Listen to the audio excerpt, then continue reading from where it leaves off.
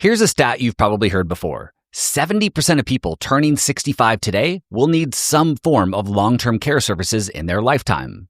That number gets thrown around a lot, especially right before someone tries to sell you an expensive insurance policy. And while the statistic is technically true, it's also a bit misleading because what many people don't know is that only about 13% of people age 65 today will spend over $180,000 in lifetime, out-of-pocket, long-term care expenses.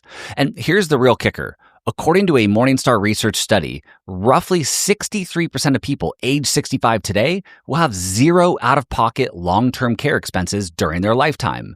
In other words, yes, most of us will need some level of care, but only a small percentage are truly at risk for a catastrophic six-figure event. Now, that doesn't mean you should ignore it and just hope for the best. Quite the opposite.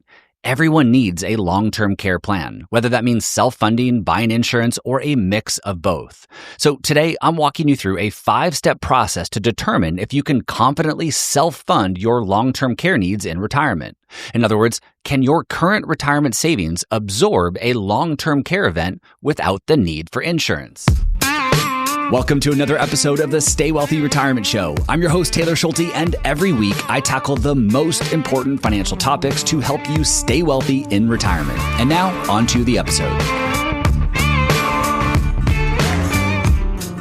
Before we dive into the 5-step process, I want to address a common misconception that sometimes trips people up. Many believe that having a certain net worth or a certain portfolio size is a good metric for identifying whether or not you can self-fund for long-term care. But that's misleading because if we just look at how much money someone has saved for retirement, we're ignoring their unique situation and perhaps most importantly, we're ignoring their spending rate. For example, a person with $5 million might appear to have more than enough money to fund retirement and pay for a long-term care event. But for all we know, they could be significantly overspending and at risk of a health issue, putting their retirement plan in jeopardy. On the other hand, a person with a, let's say, $500,000 nest egg could be living very comfortably off their savings, pension and or Social Security, have their expenses under control, and be in a strong financial position to absorb a long-term care event. So because there isn't an exact formula or even a rule of thumb for determining if a person can self-fund, we have to go through a process, a series of steps in order to arrive at a thoughtful answer that's unique to your situation. And just to be extra clear, when you hear the term self-funding or self-insuring for long-term care, it simply means that you're planning to cover any future long-term care costs yourself, using your own savings, investments, or income, instead of buying an insurance policy. Self-funding, of course, gives you flexibility and control, but it also means that your retirement plan needs to account for these potential expenses so you're not forced to dramatically change your lifestyle, or worse, you don't increase the chances of outliving your nest egg. Okay, let's go ahead and break down the 5-step process that I've documented to help you determine if you can self-fund for this retirement expense. Step number 1 is to determine the chances and timing of needing long-term care. As I shared at the top of the show, most people will need some form of long-term care during their life. However, that doesn't mean the risk is the exact same for everyone. For example, women have longer life expectancies and are therefore more likely to need care than men. Women also need care for longer periods of time on average, about 4 years compared to 2 years for men. In addition to gender, family health history, other lifestyle factors play a role as well. And of course, your age matters too. For example, if you're listening to this and you're under age 50, odds are in your favor that a long-term care event probably isn't around the corner. But if you're over age 50 and closer to age 60 or 65, the odds start to increase. Now, that's not to say if you're younger, you shouldn't plan for long-term care. Remember, I said everyone needs a plan. Your plan just might look a little bit different. For example, after going through this 5-step process, you might decide today to be intentional about creating an investment account that's specifically earmarked for long-term care expenses in the future. That way, you can self-fund in retirement without having to buy an expensive insurance policy down the road that you may not even use.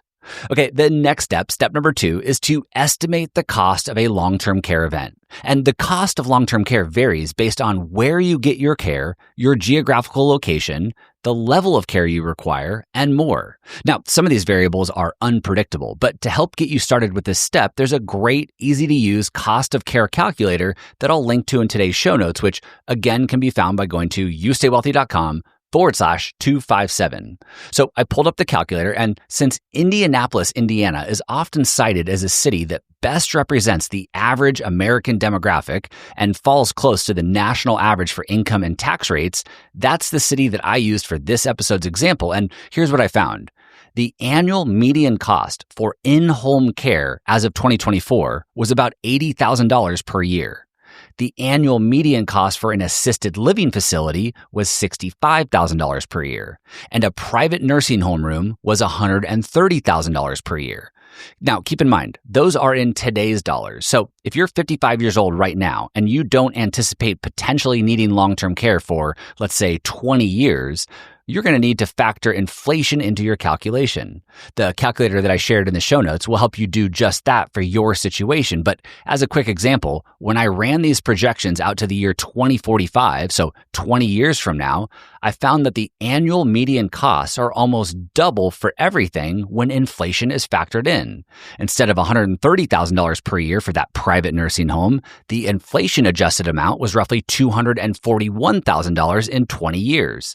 And remember, that's just for one person. If both spouses need or want a private room in the year 2045, they're looking at an estimated $480,000 per year price tag. Now, before you panic, let's move to step 3, which is to customize the options and determine a realistic scenario. For example, you may not need or even want a private nursing home. In fact, fewer and fewer people are choosing nursing homes during long-term care events. Hundreds of facilities are closing each year as more people opt for in-home care, which is often cheaper and, as you might imagine, more comforting. You may also be in a geographic location that has more affordable options than what I just quoted. And lastly, you might not consider yourself average. In fact, I don't think you should. As I've shared before here on the show, the fact that you're listening to this episode right now tells me you're not average. Instead of watching TV or reading the news or scrolling Twitter, you're listening to an educational podcast about retirement planning. And multiple academic studies have shown that higher financial education leads to not just better financial outcomes in retirement, but also better health outcomes. In addition to being above average in the financial literacy department with a current clean bill of health, you might also have great family health history, leading you to assume that the odds are not very likely that you end up in that small percentage of the population that has a large catastrophic long-term care event. Remember, about 63% of people age 65 today will have zero out-of-pocket long-term care expenses during their lifetime.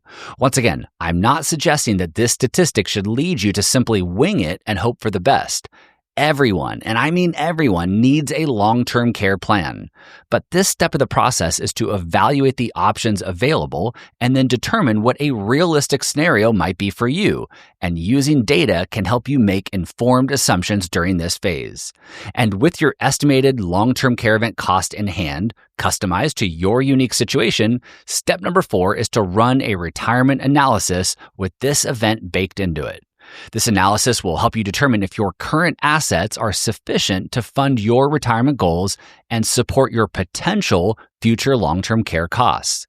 Now, how you actually run this analysis will depend on the tools and resources you have access to. At my firm, we use a mix of financial planning software, tax planning software, and custom-built spreadsheets to run projections and simulate different scenarios. And in case you're wondering why tax planning software plays a role here, it's because taxes touch almost every part of your financial life, including long-term care. For example, where you pull money from to cover medical expenses in retirement can impact your taxes, which can in turn affect how much your Social Security is taxable or what you pay for Medicare. And since there are some really clever strategies to fund medical costs while keeping taxes low in retirement, we always want to make sure that tax planning is baked into this step of the process. But if you don't have access to planning software or you don't work with a financial planner, you can likely find some free, user-friendly spreadsheets online or even check with your custodian, i.e. Fidelity, Vanguard, or Schwab, to see what tools they may have available to you to help you run a retirement planning analysis modeled with a potential long-term care event at some point in the future. But to keep things simple for today, I would just suggest thinking of your projected long-term care costs as just another expense line item in retirement. The key difference would be that this expense likely won't last forever and is also one that you'll want to assign a higher annual inflation rate than your other spending. For instance, while general inflation tends to average around 3% per year, long-term care and other medical costs have historically increased closer to 6% or even more annually. So when you're building your plan, it's smart to assume a higher inflation rate for this category to better reflect real-world costs. Through this exercise, if you find out that your current assets are sufficient to cover the cost of a long-term care event in retirement, then you can probably conclude that you can self-fund and skip buying an insurance policy. Now, I say probably because before you officially arrive at your conclusion, I'd recommend taking your analysis one step further. And that brings us to step number 5. Planning for a worst-case scenario. Up to this point, you've estimated your potential cost, customized the assumptions to your situation, and even modeled those costs inside of your retirement plan. But here's the thing. No matter how thorough your analysis, none of us have a crystal ball. Life has a way of surprising us, and sometimes those surprises are more expensive than we'd like. That's why it's important to stress test your plan. For example, using the long-term care calculator that I mentioned earlier and looking at the data on historical long-term care costs, try modeling what a true worst-case scenario might look like for you and or your spouse if applicable. Then rerun your retirement analysis with those higher numbers to see how your plan holds up under real pressure. If you've done a great job saving for retirement and your expenses are under control, you might find out that even in an extremely unlikely situation, your retirement plan would remain intact. And that's often what we find when we run these projections for our clients. And it's not because our clients are billionaire yacht owners with more money than they can ever spend. It's because they've been diligent savers. They've worked hard to retire debt-free. Their expenses are under control. And in many cases, they have other guaranteed income sources like Social Security or pensions that help take pressure off their retirement savings and investments. Now, if you do find out that a worst-case scenario would wipe out your retirement plan, that doesn't necessarily mean that you cannot self-fund. The first thing I would do before you race out and buy an expensive insurance policy is to figure out what you would need to do in that situation to get your plan back on track and recover from that event. For example, what if you downsized your home or dramatically cut expenses in other categories? Or if you're still working, what if you retired a few years later, giving you some more time to pad your retirement savings? And then finally, I never like to really suggest or recommend this, but for some people it is a reality, and that is maybe your children are in a really strong financial position, and through conversations with them, they agree that they would be able to step in and help with the cost if an extreme, rare event were to happen. Even if someone is on a great track for retirement, we always like to see where their plan breaks down. And then from there, we like to figure out what it takes to recover from that breakdown. In my experience, this exercise, even with extremely healthy plans, helps give our clients confidence in their retirement plan, knowing that we have a plan in place for worst-case scenarios. If a rare, unexpected event were to happen and the results put their retirement plan in jeopardy, well, we have a plan for getting them back on track. It's already been tested and documented. We don't have to scramble in the heat of a difficult moment to determine what actions we should take in response. Now, I just mentioned that we often find that most of our clients can self-fund for long-term care after going through this exercise. However, that doesn't necessarily mean that they all skip buying insurance. And that's because choosing to self-fund still carries risk. For example, maybe the cost of care increases by more than anyone could have predicted, or the timing of a long-term care event collides with a deep, dark economic recession, or other expenses end up creeping into a client's life that we didn't plan for, like caring for a child or a grandchild. The bottom line is this: long-term care planning is not about predicting the future or trying to outsmart every possible scenario. It's about stacking the odds in your favor by understanding the risks, knowing your options, and making decisions that fit your values and your financial reality. And while many people are quick to assume that long-term care insurance is the only responsible path forward, that's not necessarily true. For diligent savers who have built strong retirement foundations, self-funding can be a perfectly reasonable and often more flexible option. It gives you control over how and where you receive care, and it allows you to adapt as your circumstances change. Still, I would suggest thinking of this planning topic less as a binary choice and more as a spectrum. Full insurance on one end, self-funding on the other, and a range of hybrid strategies in between. Whatever you decide, the real goal is peace of mind, knowing that you've done the hard work up front, that you've modeled the possibilities, and that you have a plan for both the expected and the unexpected. Because when you've taken the time to test your assumptions and stress test your plan, you're no longer reacting out of fear or uncertainty. You're leading with clarity and confidence. So as you think about your own long-term care plan, just remember, it's not about if something happens. It's about how you'll handle it when it does. The earlier you start this process, the more control you'll have over your options and the more freedom you'll have to enjoy the years ahead without second-guessing every decision. By the way, if you need and want professional help with evaluating your long-term care needs and building a fully coordinated retirement and tax plan, my team and I would be honored to have a conversation to see if we'd be a good fit to work together. You can follow the link in the episode description right there in your podcast app to schedule a free retirement strategy session. Thank you as always for listening, and once again, to view the research and resources referenced in today's episode, just head over to youstaywealthy.com/257.